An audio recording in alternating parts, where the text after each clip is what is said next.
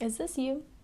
When you get a message from a friend or a spouse, family member, someone important to you, and you're in the middle of doing something and you're not able to respond right away, do you feel bad?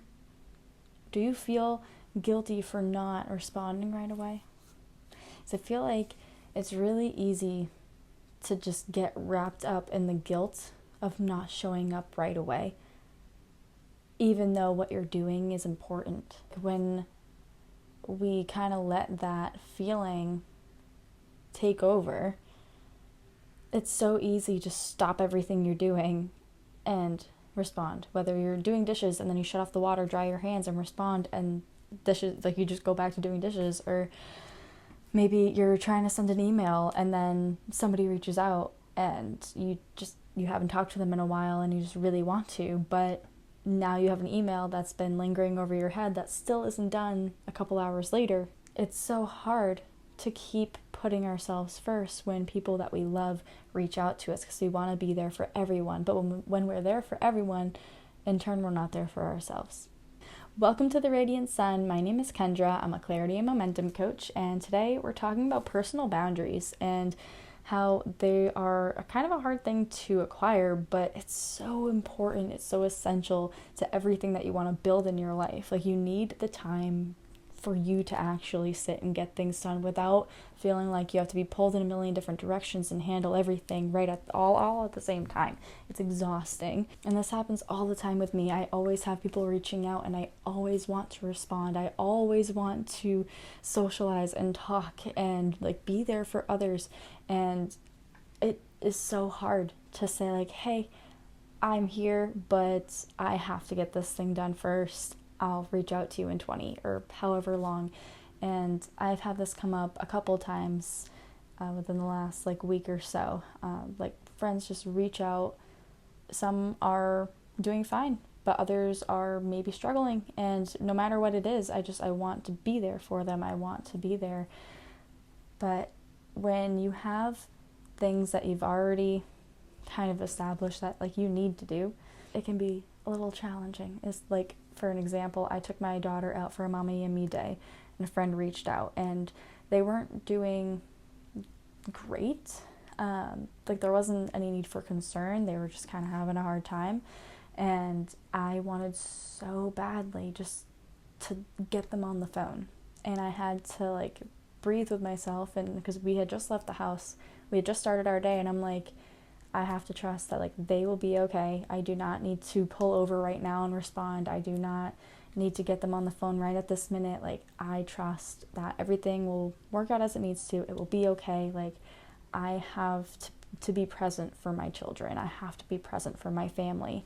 And sometimes that means waiting an hour or so before responding, knowing I always make sure that they're good, because if they're really not good, I am going to pull over and I am going to call. But when I know that they're okay, when I know all is good, I need to keep reminding myself that there's no need to rush what I'm doing. There's no need to stress. It's not gonna change anything, at least externally. It'll change everything internally. It makes all the difference.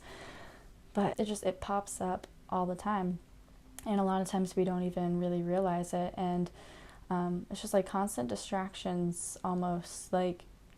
It's, to me anyways, it feels like the universe tests us to see how our boundaries are doing. As soon as we set them, they send something in to poke at it. And we have to be the one to say, stand firm and be nope, this is what needs to happen, and not feel the guilt in that. Really, the people that you love, the people that you have in your life, when they reach out to you, they are not, if they really care for you and respect you and love you, they are not going to care if you respond at the same second that they messaged you. They want you because of who you are, and because you are willing to take the time to say, I need to finish this now, but I'm doing this because I want to give you my full attention. You're not forcing yourself to be there and then juggling a bunch of things and then resulting in them feeling like they're not even being heard. If you're on the phone and you're trying to make sandwiches for your kids or something, no, make the sandwiches first, then call them. They reach out to you because they know that you're going to give them the time that like they actually need from you, and they're not going to be upset with you for not dropping everything right then and there and rearranging your whole day to respond to one message or call or whatever it may be. And a lot of it is like an internal dialogue thing. Like we're telling ourselves all these stories of like, oh no, like you need to, or they're going to be mad at you, or this is going to happen. And most of the time it's just our brains messing with us. Like it doesn't actually change anything on the outside world. It's all about how it makes you feel on the inside.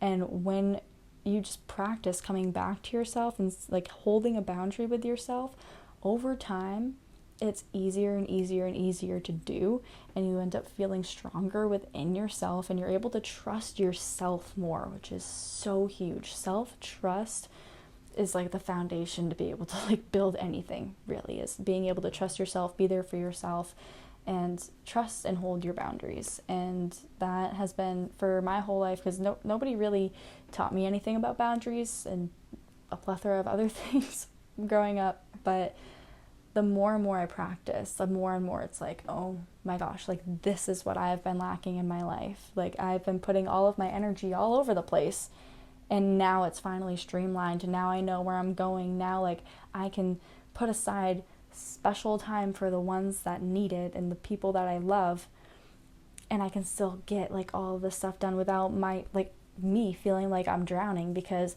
this person needs me, but I still need to do this, and I have like this paper to get in, I have all this stuff to do. Like it's not as stressful if you really like the time that you section for yourself to get stuff done. If you stay true to that, then all the stuff is done. You don't have that hanging over your head or weighing down on you. It's done, it's out of the way, and you can breathe a little bit easier, and then you can give everything else the attention it deserves instead of having it mesh and jumble all into one day. It's really having the discipline with yourself and just getting up and trying again every single day, waking up, saying yes to whatever challenge is thrown your way, and looking at it differently. And I love saying what you perceive is what you receive. It's pretty self-explanatory, and it's 100% true. What you perceive is what you'll receive. So I hope that this video helped, and if you have any questions or want me to dive into any specific topic, feel free to throw it into the comments, and I hope to see you in the next video. Peace out.